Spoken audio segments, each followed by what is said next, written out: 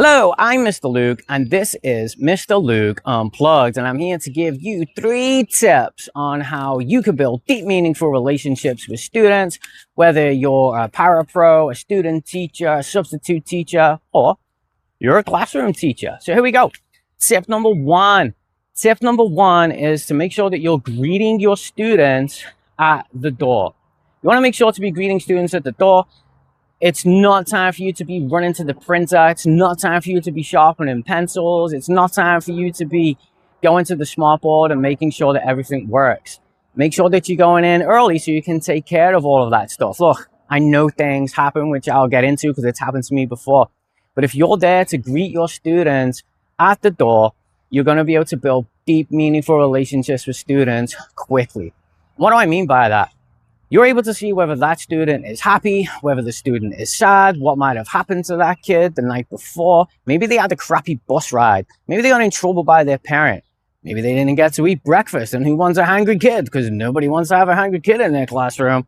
You can send them to go have some breakfast. You can talk to them one-on-one and make sure that they're okay, or just at least get an understanding that, you know what, this kid might not be feeling themselves today, so you can be aware of that for the rest of the day.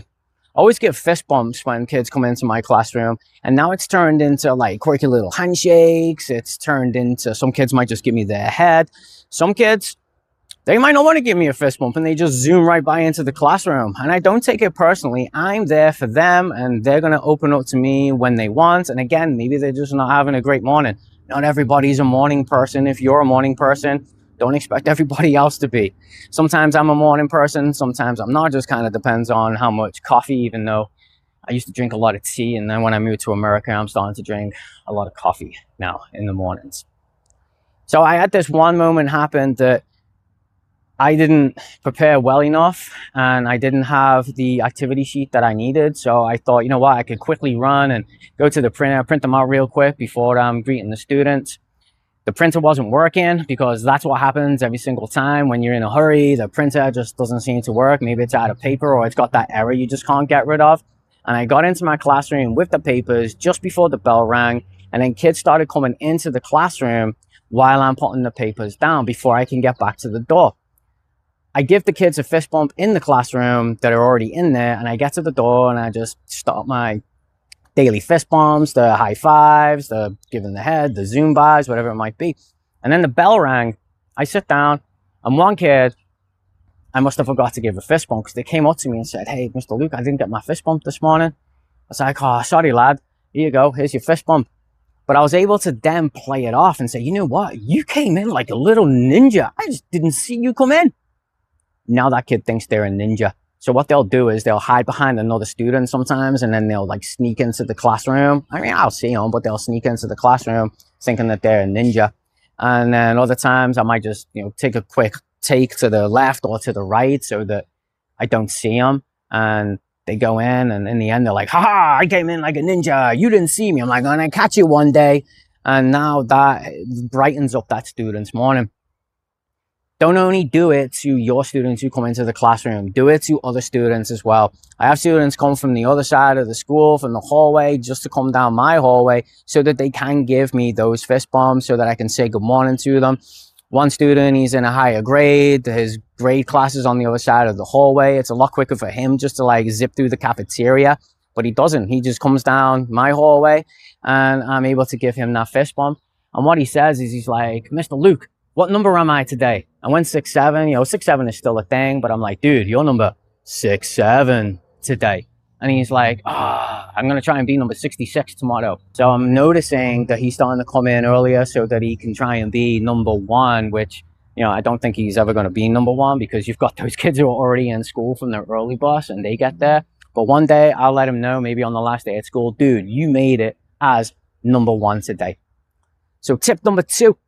Tip number 2 is to make sure that you're eating lunch with your students. Make sure to eat lunch with your students in the cafeteria.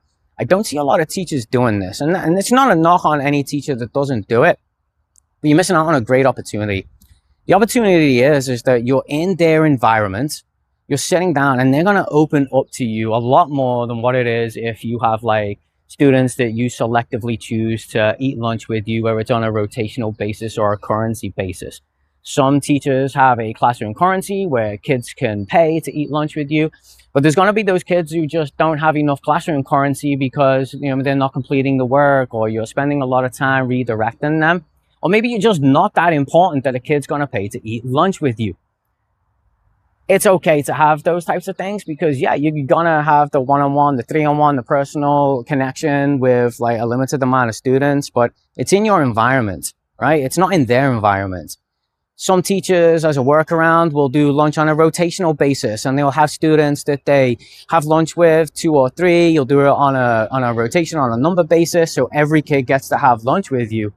But they're just, again, they're not going to be themselves. They're not going to open up. Like, imagine your boss comes to you and says, hey, come and eat lunch with me in my office, right? If you're used to not sitting with your students and you have lunch with your work colleagues, you'll be now being pulled away from your work colleagues and having to eat lunch with your boss in the office. It's going to be office talk, right? It's not going to be open talk. Students are the same way. They're not going to open up the way they would if they were having lunch with their friends and you. I was teaching a 4th grade class, and I came into the cafeteria and I sat down next to a kid, and the kid's like, what are you doing in here? You know, like it's his turf, right? I always eat lunch with my students. He's like, why? It's like, so I want to sit down and get to know everybody. He's like, oh, cool. And just opens up and we have a great conversation. And when I say that you can learn things, you can reflect on yourself as a teacher, you will hear all kinds of things. I'm telling you. As young as 4th and 5th grade, students have clocked you. They've clocked the things that you're going to say. They've clocked the way that you look at them. They know what every look means, what you're going to say before you've even said it, even if it's a negative thing. And they already are ready for a rebuttal in their mind. And you can reflect on yourself and be like, you know what, I kind of do those things. So what can I change and what can I say differently so that it kind of throws them for a loop, or it's not something that they're used to hearing. You'll hear things that their parents say as well, things that their parents do. You get a lot of great insights onto things that you wouldn't necessarily get, even if you did have those one-on-ones, or you're sitting by yourself trying to get that breather. Now, don't get me wrong. One Friday a month, I will pick having a breather and, you know, maybe get a few things done inside of my classroom. But I'd say for the rest of the month, I'm sitting down and I'm eating lunch with my kids. You're also going to have less complaints coming back from the cafeteria staff because you're there and you're interacting with your kids. Tip number 3. Tip number 3 is make sure that you're connecting with parents. Connect with the parents in a positive way, not always negative. Yes, you might be connecting through newsletters. You might be connecting through emails. You might be connecting through the different ways that the school have, like through PowerSchool and Seesaw, whatever app that it is. But use those apps to your advantage and communicate the positive things. My daughter was like a straight A student, but there was one class that she would be struggling with getting a C or a D. And that was the only class that we would hear things from. And it was always negative things. The positive classes, it was just like the comment section was left blank. If she did have something happen in the class that was negative, we'd hear about it then. But there was really never any positive communication. And it's burnout for parents not to hear the positive from the kids, and all that they're hearing is negative. Every adult in every kid's life wants to hear the positive that their kid is doing. And if you can choose a kid like on a Wednesday and on a Friday and send out a positive message, like 2 kids a week, just one positive message on something that that kid did positive during that day, that's going to work a world of wonders. Think of it from the kid's point of view. They know they're going to be in trouble. They just got in trouble with you. They just got in trouble with the school. And now you're going to send a message home, and then now going to get in trouble with their parents. And we can think, ha, it's all going to change. No, that kid's not going to feel like you've got their back. If you're sending positive messages for those kids as well, the parent's able to communicate the positive things and the negative things. And when they have something positive happen, maybe they got to go to their favorite restaurant. Maybe the parent gave them a treat. And when they come back into school, you will see the behavior change. And that kid then knows that you have their back and you care about them. So that when a negative message is sent, you know, yeah, it might still be a big deal, but that kid's probably going to feel like, yeah, you know what, I kind of deserved it that day because Mr. Luke does send positive messages to my parents' home when I do something good. Also, don't just send written messages. Now, this might be a little bit of a hard ask, might be a little bit of a hard take. Not everyone is comfortable in front of a camera. I'm still learning to be comfortable in a camera. But get in front of a camera, just use your phone and send a video message to parents. Sometimes if we're sending just negative messages, when a positive message comes out in words, like those words can be misconstrued, and you're going to have that, the adults in the life are going to have that tone in their mind that, oh, here we go, just another negative message. Your message will get lost in the delivery. So send a video message, and that way parents who are not able to be involved with their kids' schooling as much as what they would like to be have the opportunity to. You're sending pictures, you're sending video of yourself, you're sending videos of the classroom. They can be invited into the classroom because they don't really have the opportunities to do it because they're working so hard. So those are the 3 tips.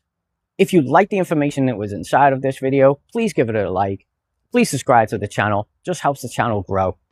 This is Mr. Luke Unplugged, and you have just unplugged. Help us grow this channel and join us and subscribe.